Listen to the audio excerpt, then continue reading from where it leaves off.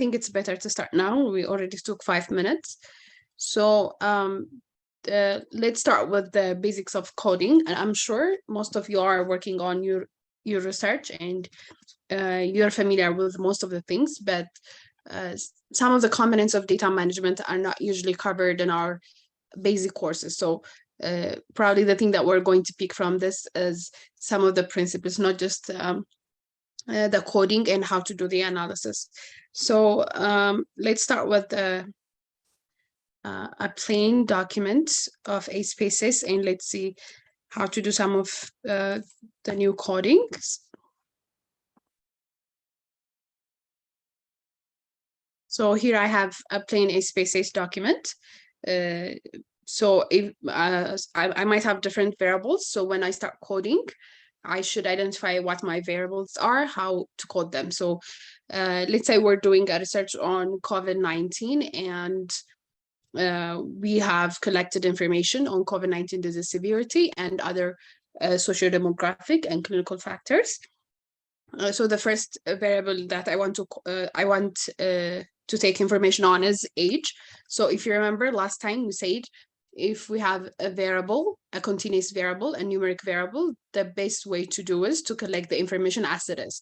We don't ask an individual if their age ranges, if their age lies in a range from this to that. Rather, we just ask them, how old are you? And we write the number.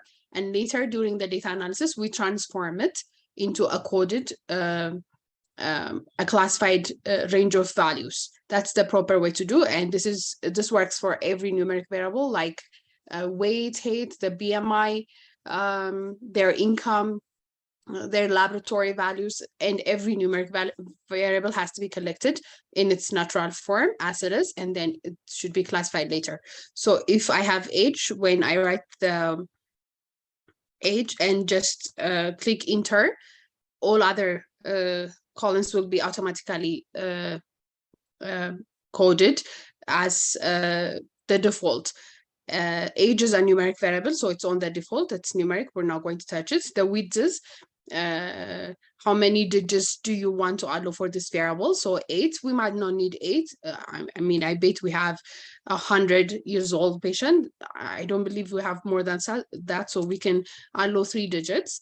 And decimal, if we want to take age, if we're dealing with a pediatric group of participants, it would be good to have decimal places so that we can allow them to enter the month as a decimal place. But for adults, if we don't want to have decimal places, if we are going to ask their age in complete years, it would be great to avoid the decimal places and just put 0.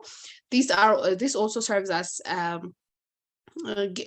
restricting these values will also serve as a data controlling mechanism. Normally we use epinfo because it can control when there are error entries and others. So on SPSS as well, we can give it some sort of restriction so that the data, when we enter a wrong data, it will pick it. So if I have like, if by mistake I enter like 4,000 for age, then it will automatically reject it because I have restricted the width to 3. And if we are sure that we don't have any patient 100 and above, we can restrict it to width of 2. So label is a place where we can explain the name that we entered. So normally age might not be something difficult to remember, but I can label it like this: age of the participant in complete years. Sorry. Age of the participant in complete years. Sometimes on the name column, we can't use spaces or we can't write long things. So it's just a code for us to remember the variable. We can't write everything. So sometimes, for example, for hypertension or for DM, I might use something like this. This is the code that I want to see during the analysis, but during your presentation, you have to use the proper form of the variable name. So I can write it like this: type 2 diabetes mellitus. So sometimes if we're dealing with a bunch of variables, like thousands of variables, like for example, in the EHS data, we have to make sure that we understand all the codes. So the purpose of the label is to understand that. Don't forget that part. And so for age, after we enter the name, we label it as numeric. Numeric is the default actually for every variable that you enter. The default is, the type is numeric, the width is 8, and the decimal place is 2. But after that, we have to arrange it the way we want. Values are labels that we give for categorical variables. Since this is a numeric variable, we don't want to code it, so there's nothing to code, we remove it. And let's forget the others for now. So the second variable that I want to take information on is their gender. So I say sex. Again, the defaults are here, like the numeric, width of 8, and decimal place of 2. We don't need that since this is a numeric, a categorical variable. We have to shift it from numeric to string. When you click on the 3 dots next to the numeric box, this option appears, and string is to mean that the variable is categorical, so we pick string. Then the width, if we pick a string, that means we're planning on coding gender as 1 and 2 or 0 and 1 for male and female. So our width is going to be just only 1 digit. We're not going to have more than 1 digit. So we have to stick to that, and we're not going to have decimal places. So we have to make sure that it is 0 as well. And here we can say sex of the participant. And values, we need values for this because it's a categorical variable. So now we started our coding. Our option is either we can give it a 0 for female and 1 for male. So if you want to see the details of the code, you can click through the 3 dots next to the box, and you can see what the codes are. So I can either code it as 0 and 1, or if later I want to code it as 1 and 2, I can change it into 1 and 2. So this is how we code a categorical variable. And if, for example, if we have a long, more than 2 responses, like COVID-19, COVID severity, for example, since the name doesn't accept spaces and other hyphens, the only thing you can use as a space is the underscore sign, so that you can separate your variables and it becomes clear to read.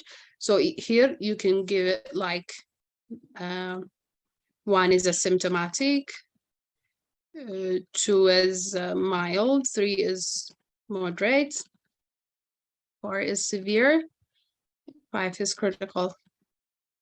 So we can code we can give as many labels as we want based on the nature of the variable. So this is basically how you just code on SPSS. It's not difficult. So let's see on an already coded data set that I have, so that we can do the remaining things.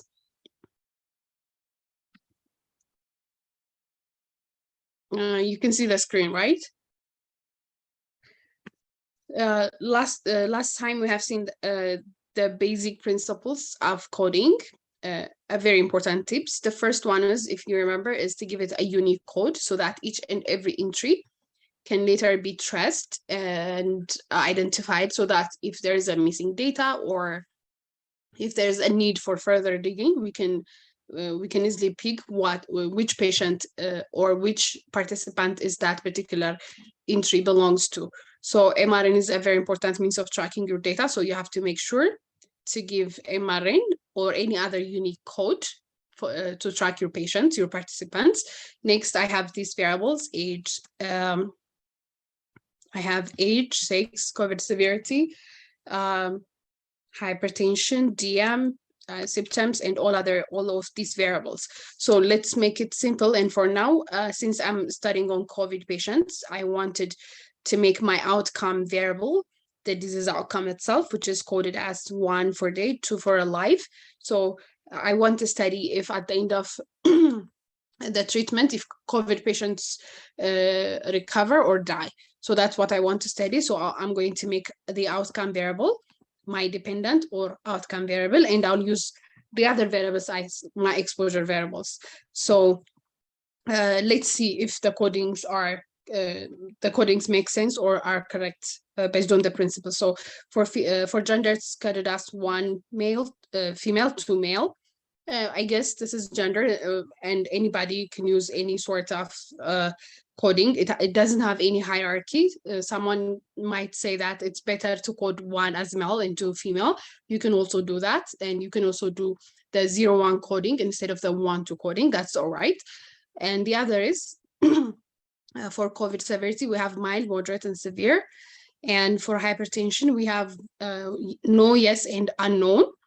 And the same for DM, we have no, yes, and unknown.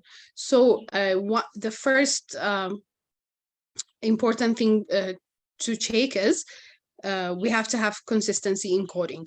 Consistency in coding is when we later interpret our result, we want our result to make more meaning and to be more presentable to the audience. So if I want to make my reference category, those categories where there is no symptom, where there is no disease, where the COVID presentation is mild, then I have to make sure that I have to make sure to give these codes similar or consistent coding. For example, as you can see roughly from this value, the no's are coded as 1, right? The no's are coded as 1 in all of them.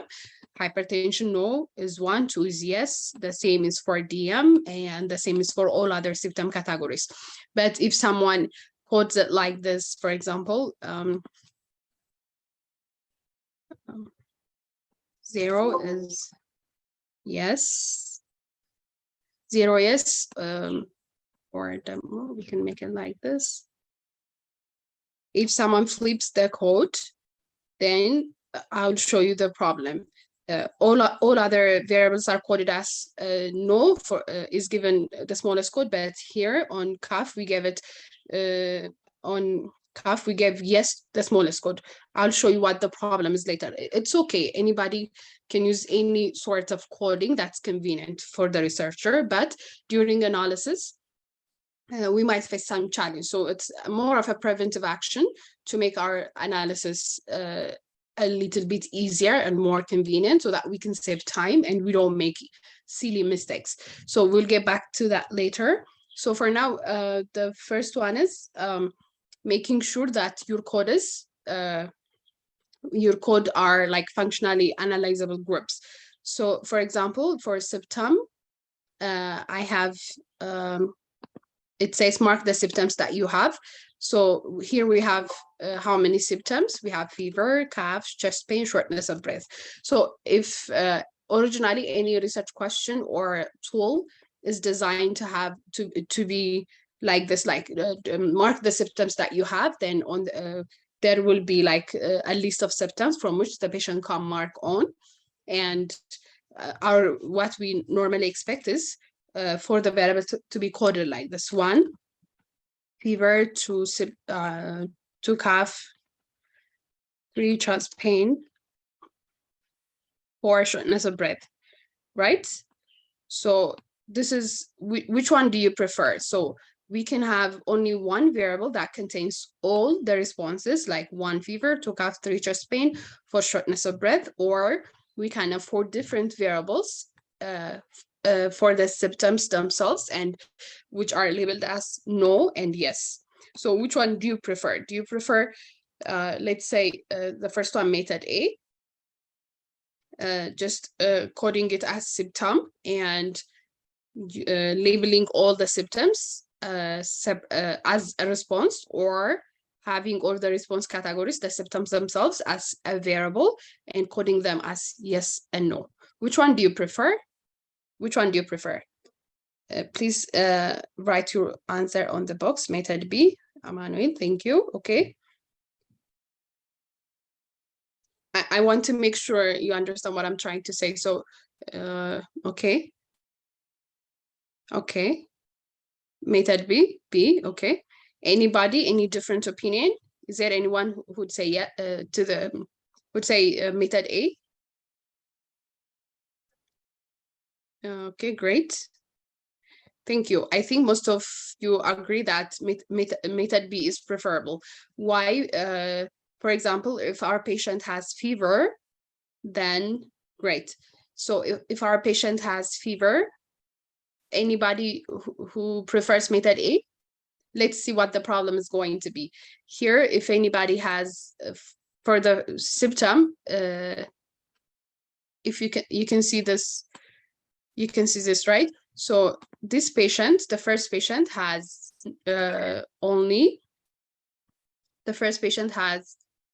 as you can see, only cough. So for this patient, entering the code 2 will be easy, cough, because the patient has only cough. Let's go down, and here, the patient on the 11th row has 3 symptoms, has cough, chest pain, and shortness of breath.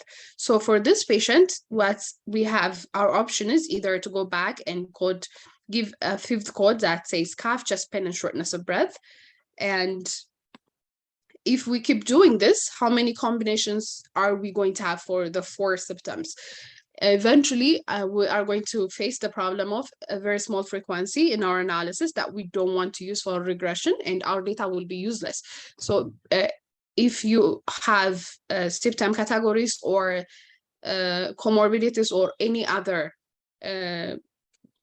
responses which need a separate coding, make sure to code them separately so that we don't face such kind of problem. So this type of coding is wrong, and I have to make sure to remove this type of variable. The same works for comorbidity. Here I have hypertension and DM separately coded instead of one big comorbidity question with a list of labels that contain hypertension, DM, cardiac, and others. So the first principle is this one. Make sure to follow that. The other is consistent coding, and we will see that during analysis. The other is reference category. When we pick the reference category, it's always preferable to use the smallest category. I know I haven't covered analysis yet, but just follow what I am doing, and let me show you what the problem of inconsistent coding and using a reference category as the largest category. So let's say my outcome is, my dependent variable that I picked is outcome of COVID-19, which is coded as 1 day to alive. So I want to code this properly. I'm sorry, I was reading the text. Someone from AMA might check the boxes and let me know if there's anything that I should respond to, since state is not available. I'm switching between the screens. So my outcome is categorical with 2 responses, dead and alive. So the proper regression model, let's say this is a cross-sectional or case control design, and the proper regression model that I have to use is binary logistic regression. So let's run binary logistic regression, and let me show you the coding problems. So here, this is my outcome.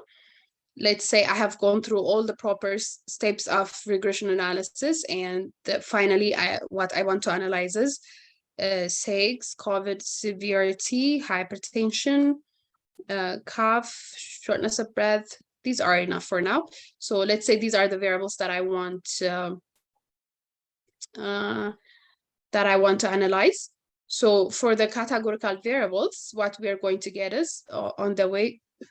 We can use this as well, age as well. So here we have different options on the boxes. As you can see, the first one is, it says categorical. This is a box where you can pick which reference category you want to use for your analysis. Hypertension is also categorical, so we have to enter it here. So normally, when we interpret our results, it is going to be like, for example, the odds ratio that I'm going to get is going to be, maybe for you to make more sense, let me show you. Let me run the result first, and let me show you that.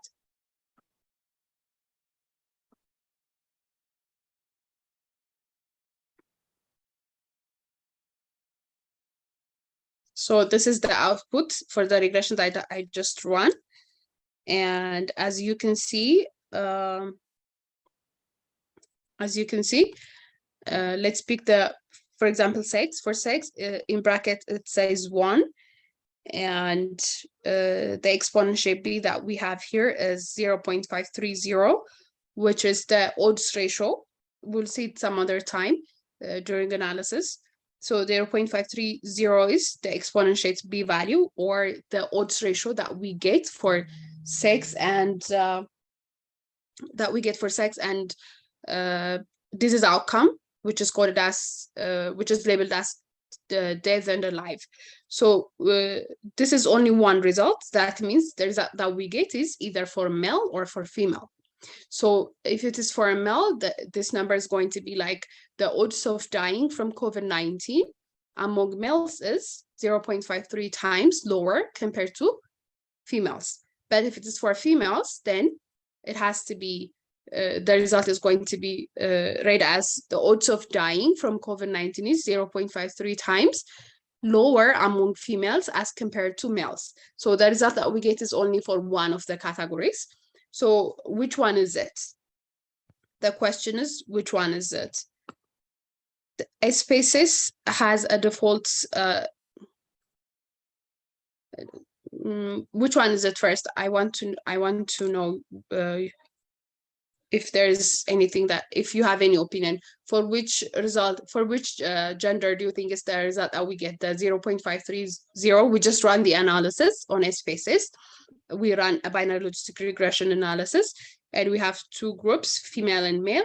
So what for which group is that result? For which group do you think is that result? Female, okay.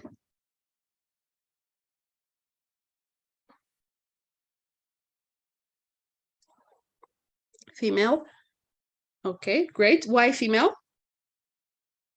Female, why female?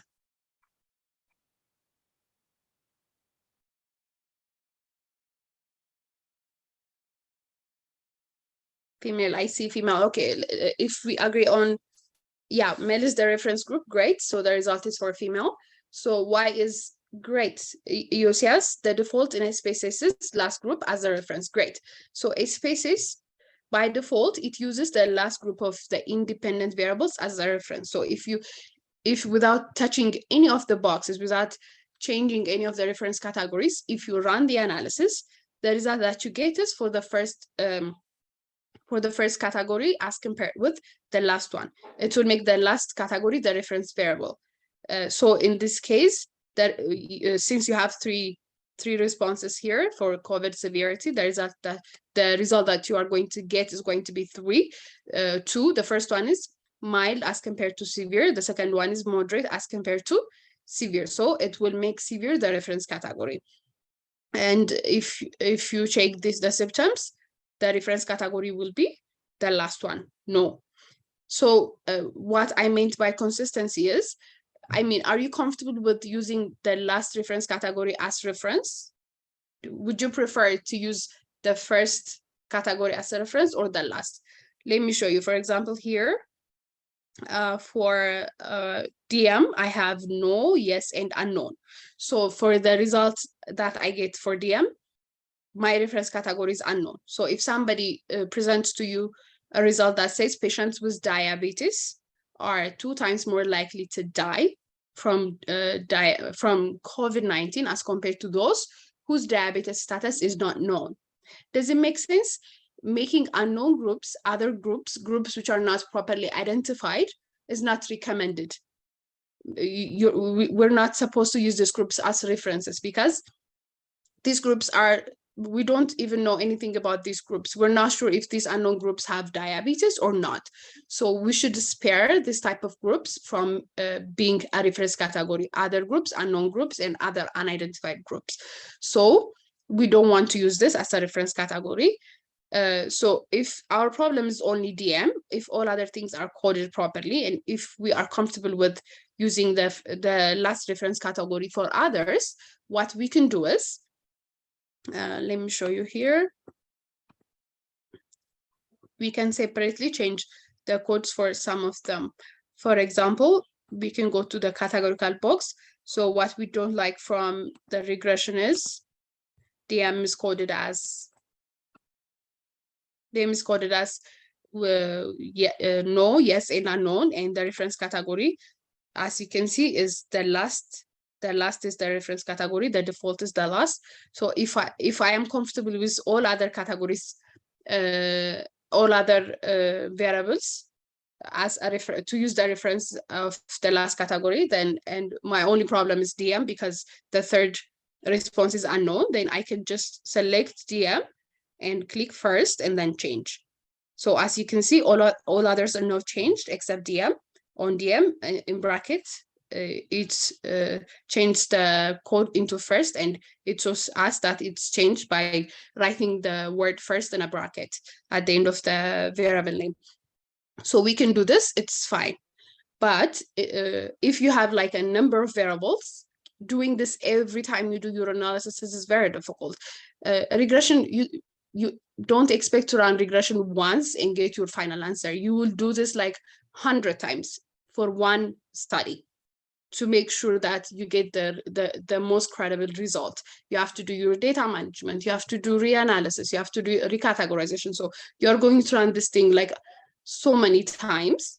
So every time you run this, do you really want to come back here and select few categories and make them first and leave the others to be last? I mean, I would rather start by doing some preventive works, like making all the first reference categories as the more convenient categories, which I want to use as a reference.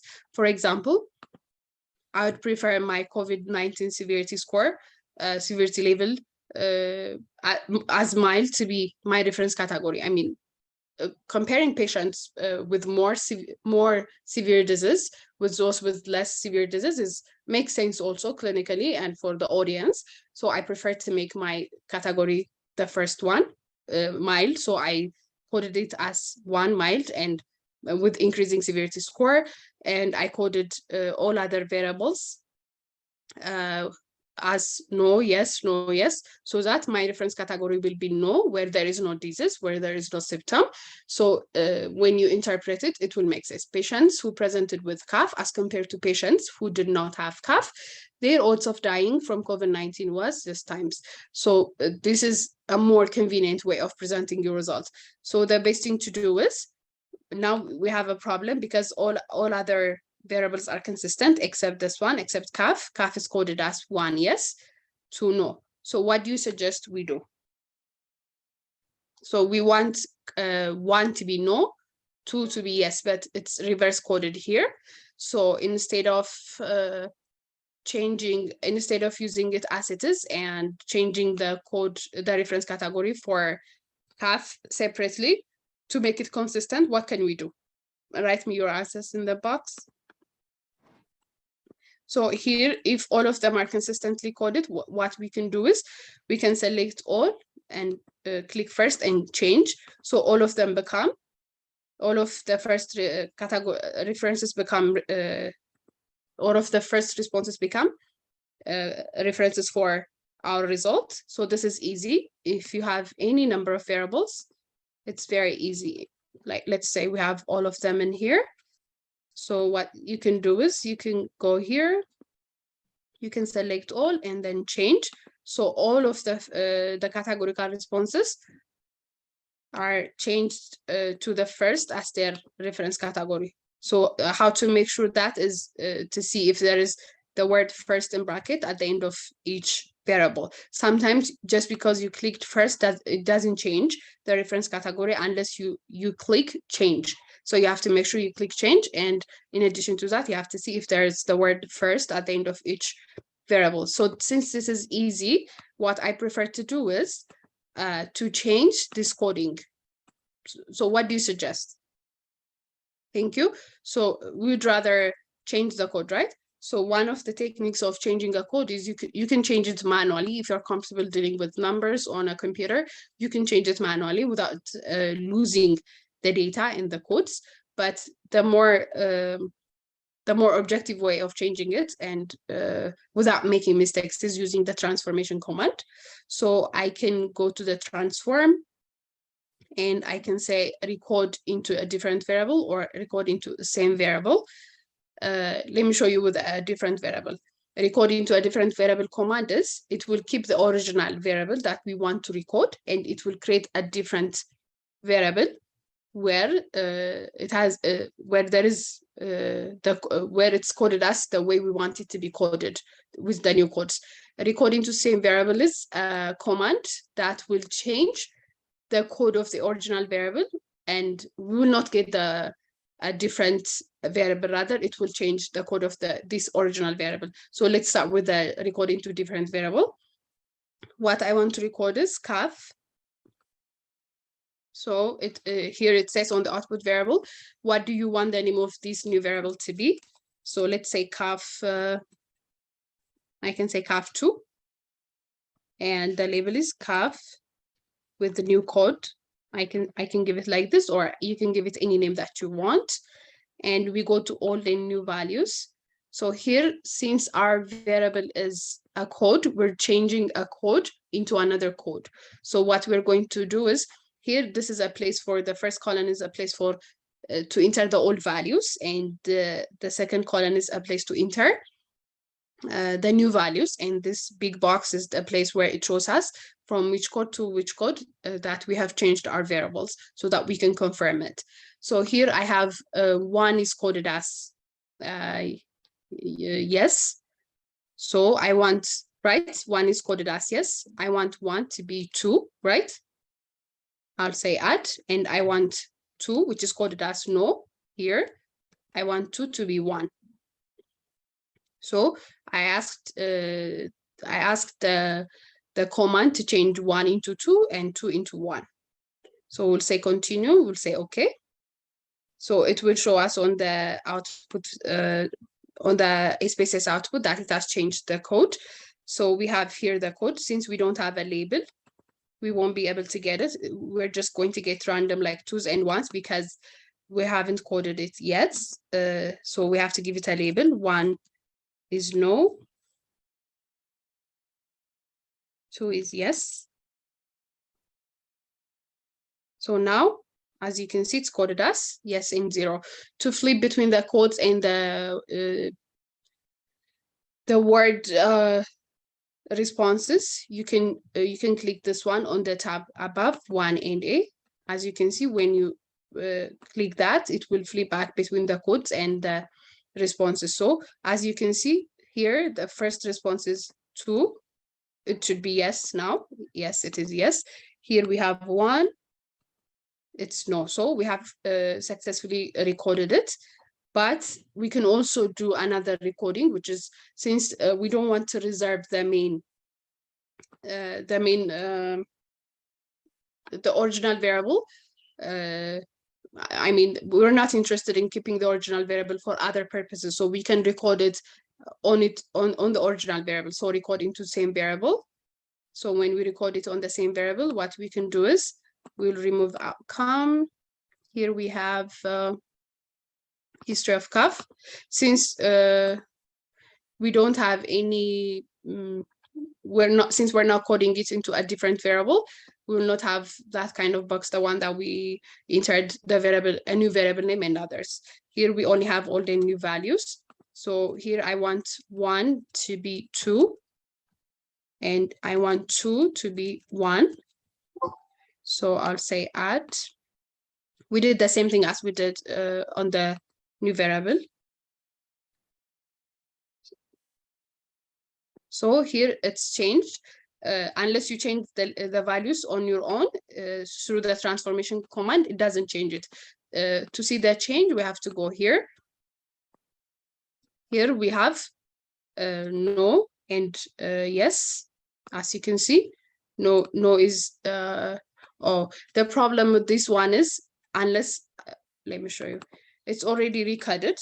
But since the label is the one that we already have, which is 1 is yes, 2 is no, it will not change unless we change it. So we have to come here and remove this. We have to change this as 1. And we have to add this as 2.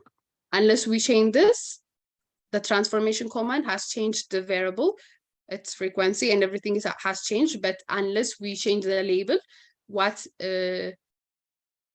this command reads is the label that we gave it on the main tab. So unless we record it unless we change the label here, which the values here, which we can't do through the transformation command, our values will not change. So we have to make sure it's changed. So now yes is 2, as you can see, and here we have 1. 1 is no. So transformation command is a very easy one, but it's important to do.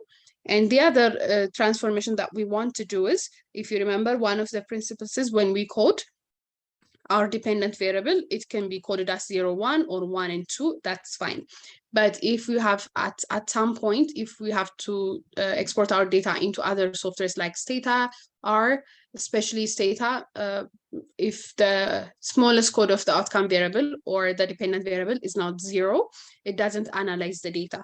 So on SPSS, it's fine, but we don't know if at some point we might want to export our data on Stata and want to do further analysis. So it's always better to anticipate that kind of problem and code our variables properly. So I have to change this 1 and 2 code into 0 and 1 so that it will be ready and convenient for any software that we have to use in the future. So I have to make date 0 and alive 1. So we will follow the same command, recording to same variable. And when we record it, this is my outcome. It says all the any values has to be changed. You say yes. So my old value, 1 is date. I want it to be 0 now. And say add, and alive, I want it to be 1 now. So the original variable, which is coded as 1 and 2, will be changed into 0 and 1. And now it will make more sense. So you'll see a very interesting thing. Now, since we didn't change the code, the transformation command has changed it. But since we didn't change the code, the result that we get is still like the original. 1 was coded as date, so we still have 1. But since we don't have any 2 codes, the remaining, let me show you by assorting it. See, here we have on 0, if you try to change it between the word and the code, you can't change it because on the original coding, there is no 0. We only have 1 and 2. Unless we change it, it can't read the 0 and it's misreading date as 1.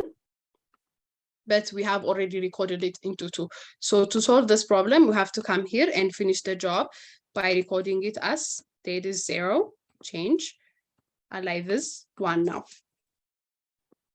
So we have to change the code, the label here, so that it can match our transformed data. So date is 0 now, and alive is 1, as you can see.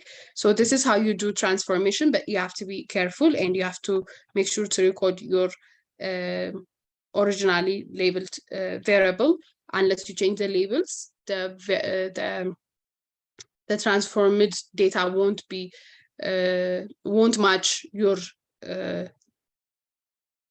old coding, so you have to make sure to record it as well. So if you're not comfortable, it's always an option to change it, to record it into a different variable, and you can delete the original variable after you create the new variable that you're comfortable with. So both are options. You can see it again. So since we don't want this variable, I'm going to delete it. So one more thing is when we do transformation, transformation is not only done for a recording of a variable, but rather coding of a numeric variable. So here we have age. We definitely prefer to present age as a categorical variable rather than as a numeric variable. So how do we transform it? So we do the same thing, record into a different variable. So here we had calf, we remove it and enter age. So what new name do you want to give the new variable? I prefer to call it age cat. And the label is age. Let's say if we want to code it by 10 years gap, age 10 years, category. So I have changed it. See, I have entered instead of an underscore, I have entered a hyphen and it didn't accept it because the name can only accept underscores and no space and no other characters. So I have to say, click all the new values. Here, we're not recoding an already coded variable. Rather, we are coding a numerical variable into a code. So what we have to use is this command, the range system. That we have to use is the range system. So if we want to code it using a range of values, let's say if we expect the youngest age to be in their 20s, we can start by coding it as less than 30 or less than 29, and then with 10 years increasing age category. So let's start by coding it as less than 20. So it says range lowest true value means it will code all age groups 29 and below as one code. And what do you want that code to be? You can enter it in the new value. I can say 1. So it's saying all age groups 29 below will be coded as 1. So after that, we can enter like 32, 39 will be 2, 42, 49 will be 3, 50 to 59 will be 4.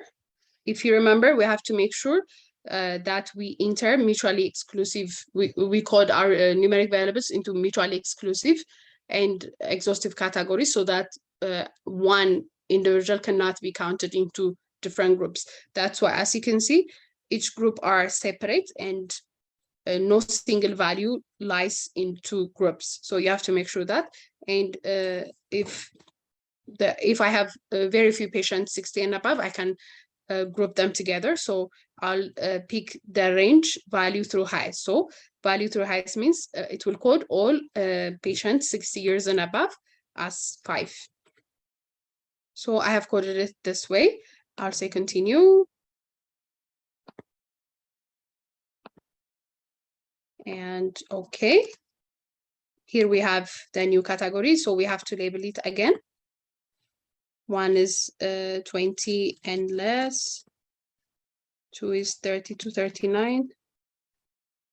3 is 40 to 49.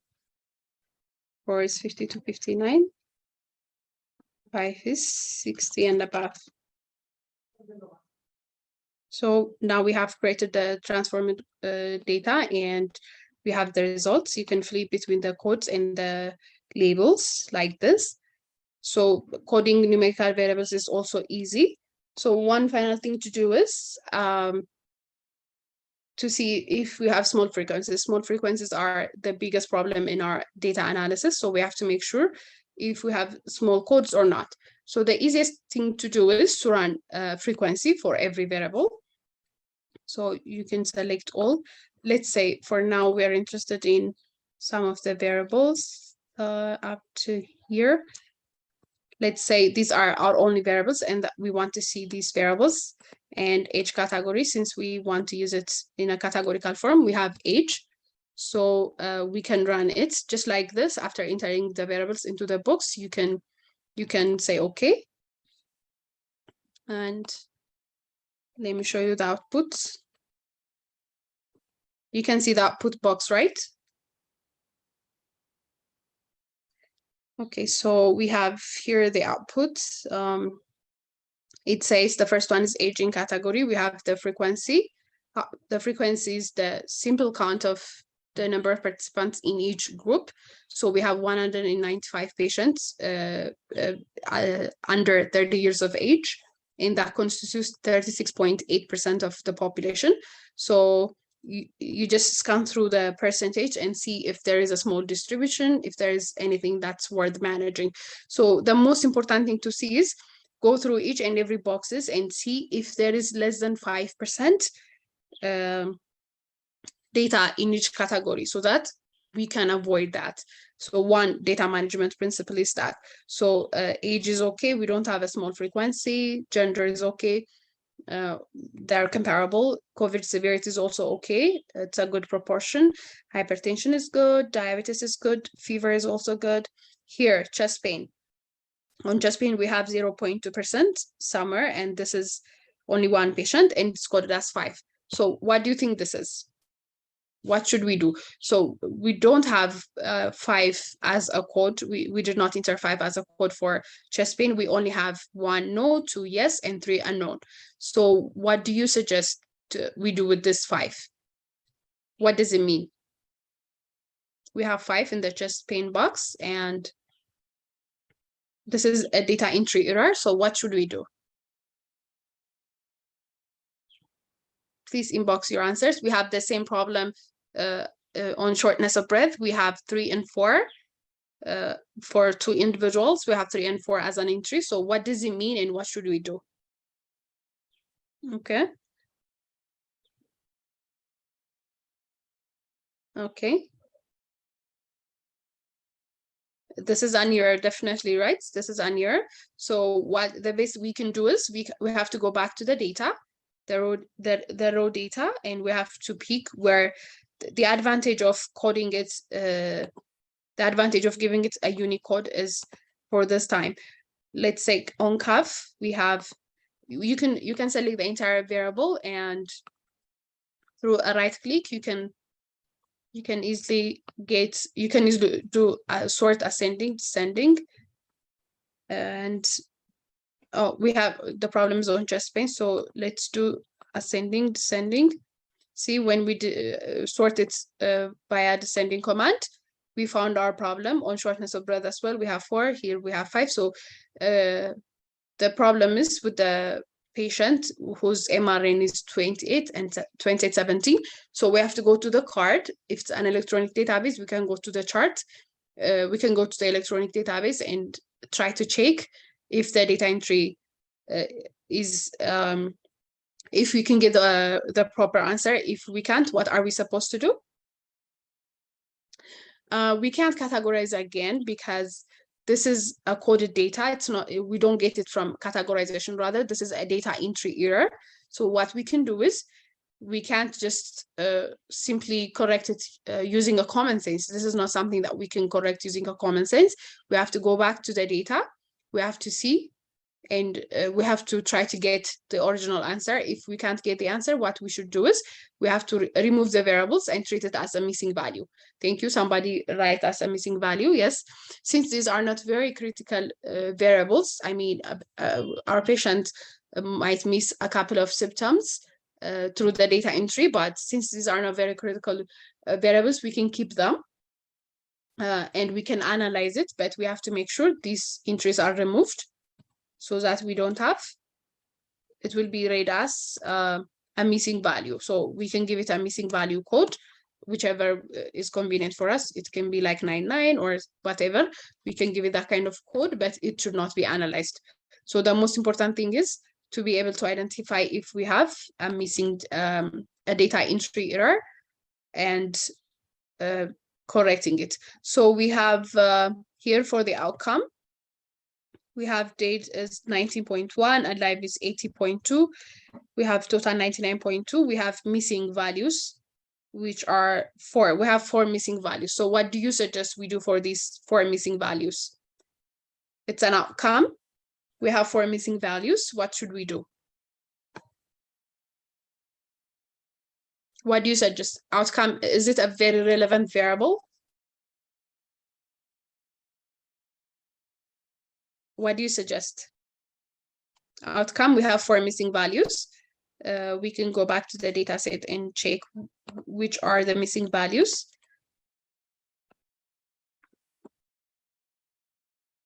So for our outcome, here we have 4 missing values. So what do you suggest we do with this for patients? Should we keep it in the, should we analyze it? So what do you suggest we do?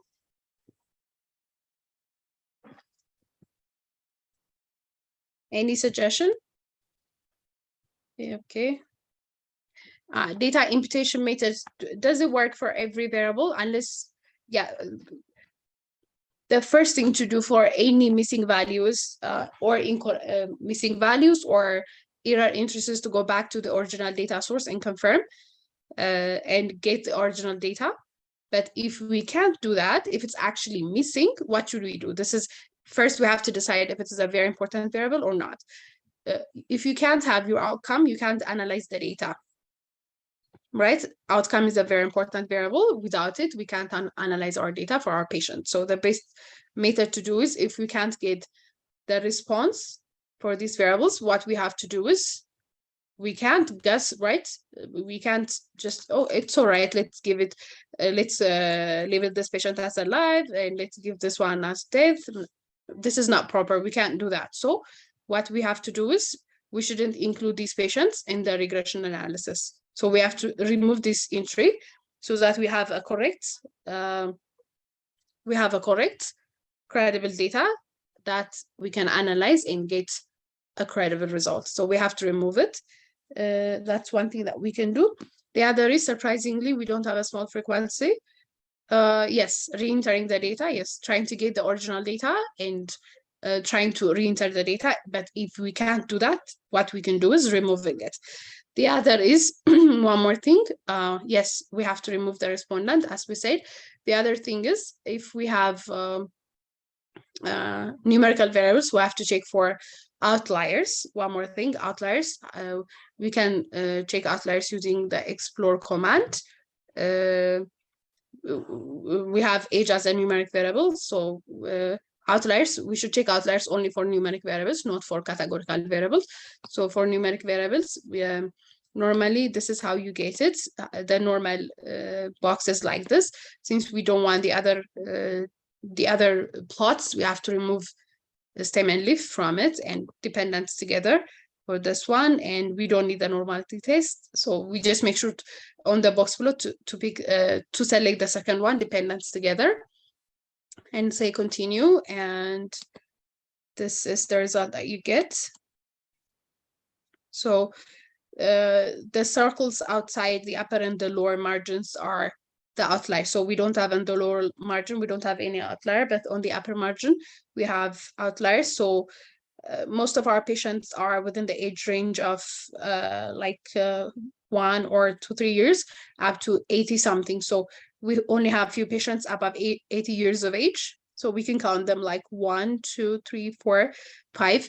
The numbers associated with the circles are their MRN, like this patient is MRN number 52, this one is 93, this one is 490, 89, and 70. So we can go back and we can remove these outlier cases, not for the purpose of describing the data, for the purpose of presenting our characteristics of the patient, but rather for regression analysis, we have to make sure these participants' data is not considered for the regression analysis.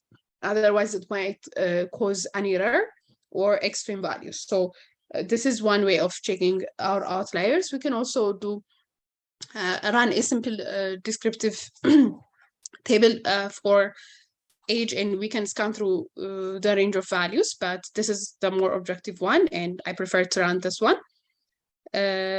Yes, clean the data set. Always for whatever type of error that what we're supposed to do is to go back to the original data source and check the original data. If it's still not there, if it's a true error, then we have to deal with it using different ways of dealing with errors and missing values. So this is one thing we can do. Yeah, what to do with the outliers. So these outliers, when we present our result, the first part is to describe the patients, the study participants. So for description, we're not going to touch these values. We will describe it the way it is. We'll say there are patients outside the range of values that we have, like above 80 years, we have like 6 patients. But for regression analysis, we don't want to enter this value. So we have to delete these entire patient entries for the purpose of regression analysis, because it will cause a wide range of values, something that's not acceptable. We have here one example, by the way, for shortness of breath. As you can see here, we have unknown for, not unknown actually, we have 4 and 5. If you remember, when we ran shortness of breath, we did get 3 and 4 error entries. Since we did not clean this and run the regression, look what happened on the final analysis. See, the exponentiate B is like in millions, and it can't even run the confidence intervals because this is an extremely unacceptable value, a very large value, and it can't even run the confidence interval for the odds ratio, and it's simply 0, 0, and here it's just a dot. So when we have small frequencies and when we have data errors, when we have outliers, our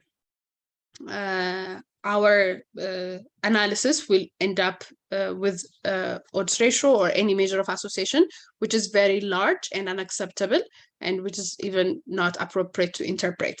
So one other tip is when we're dealing with numeric variables, we will remove them only if we are planning to use them as numeric variables. But if we categorize them, as you can see, since we already categorized age group, and since we gave 60 and above just one code, we're fine. We're not supposed to remove these participants because they are already coded and included in the age group 60 and above. So here it's fine, but if we want to enter the numeric variable as it is in our regression analysis, it will cause some disturbance in the values that we get, like the one that happened for shortness of breath here. So we have to remove them. But otherwise, in a categorized variable, it's fine to have any sort of extreme values.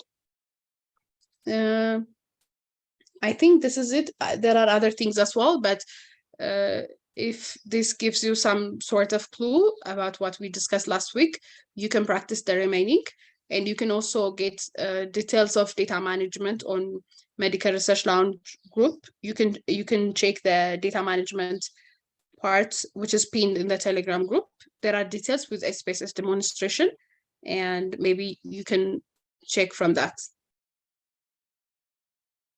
Yeah, what can we do for shortness of breath? For shortness of breath, it's a coding error. It's not a proper entry. So what we should do is we should go back and check if we can get the proper answer for this 3 and 4.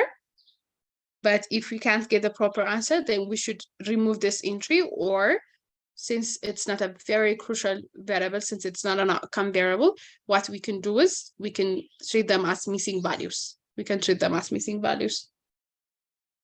I strongly recommend for you to read the data management section.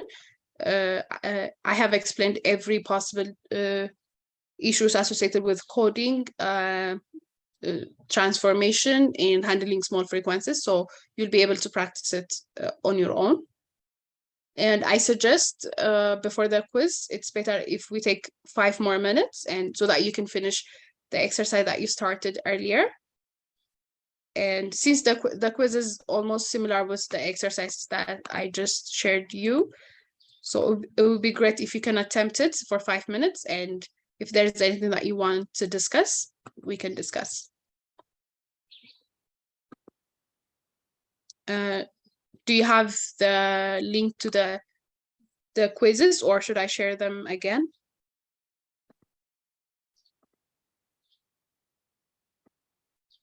I think it's better to share it. It's not visible here. ማሜ ግን ሊንክ በጣም ይጠፋል የኤማ ግሩፕ ላይ ምክንያቱም ታውቋል። ፖስት አድርገሽ ነበር የዛሬው? ገና አሁን ነው የመጣው። እሺ አይ ጀምሮት ነበር ቢፎር ያ ኤርሊ መጀመሪያ ሲጀምር ነበረ። so the first 3 attempt them እና እዚህ ጋር ያሉ ተመሳሳይ ነገሮች ስለሆኑ let's discuss on them if you have any question.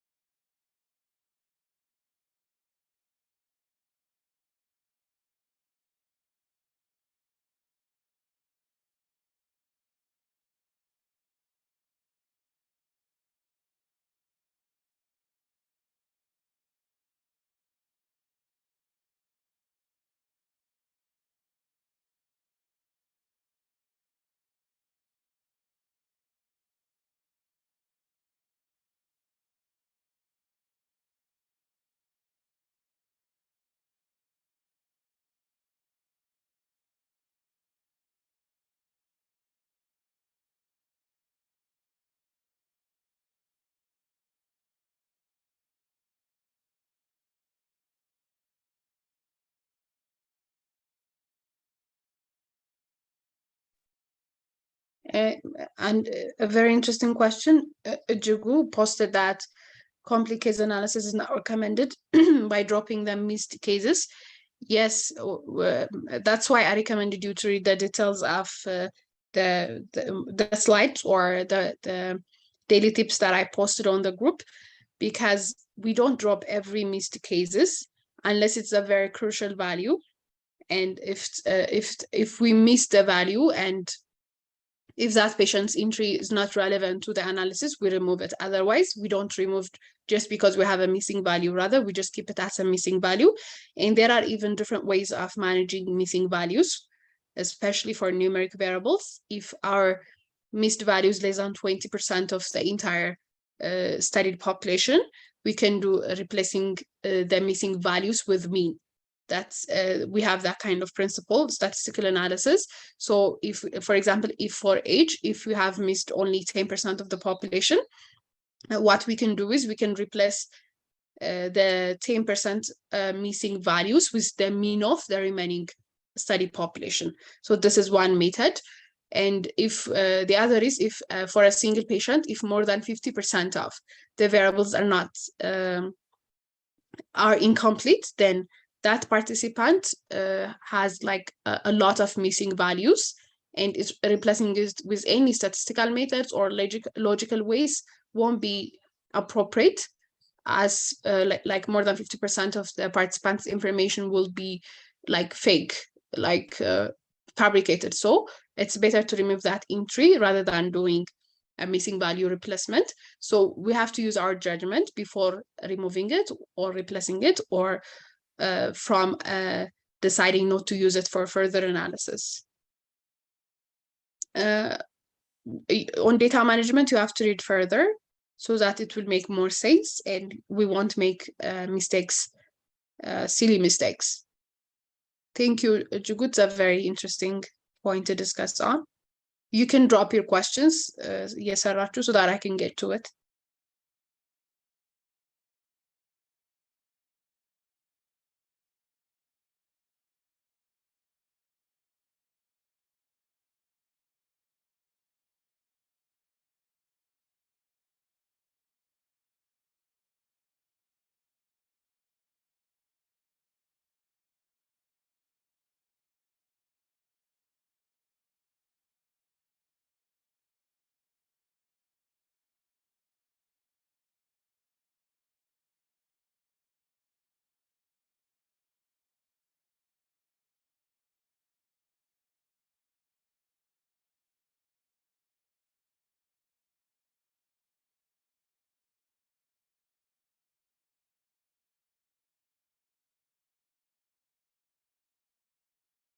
Jugu, can you further explain what you just posted?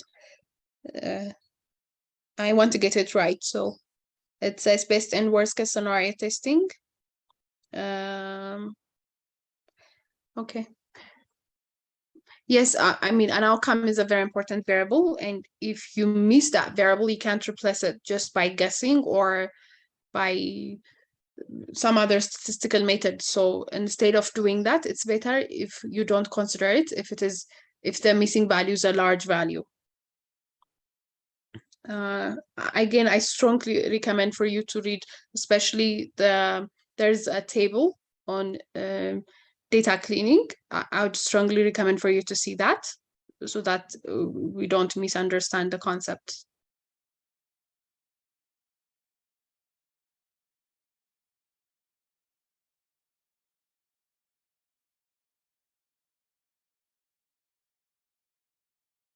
Mommy, do you think we can give them like, I don't know, we might end the session, but it would be great if we can give them 10, 15 minutes before they can start on the post test so that they can attempt on the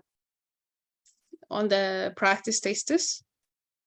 That way you'll perform better on the post test. Yeah, we can do that, and we can take more time for the post test and the exercise, and after concluding the session. So I hope that would be better. Okay, thank you. So if you have any questions, you can let's discuss. Otherwise, I think I'm done.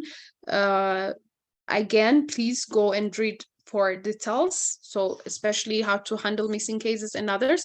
It's I don't want you to misunderstand the concept.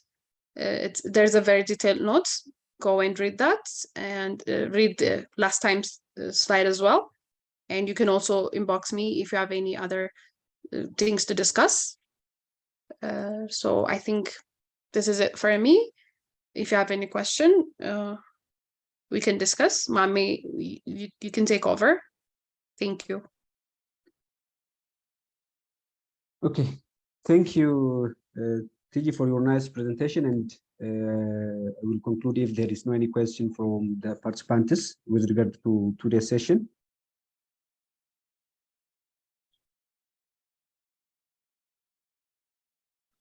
So I think there is no any concern with regard to the participants, and thank you, Dr. Tegist, really for your nice and this practical session, and also for your continuous support of IMA members with regard to research capacity building in this exciting way.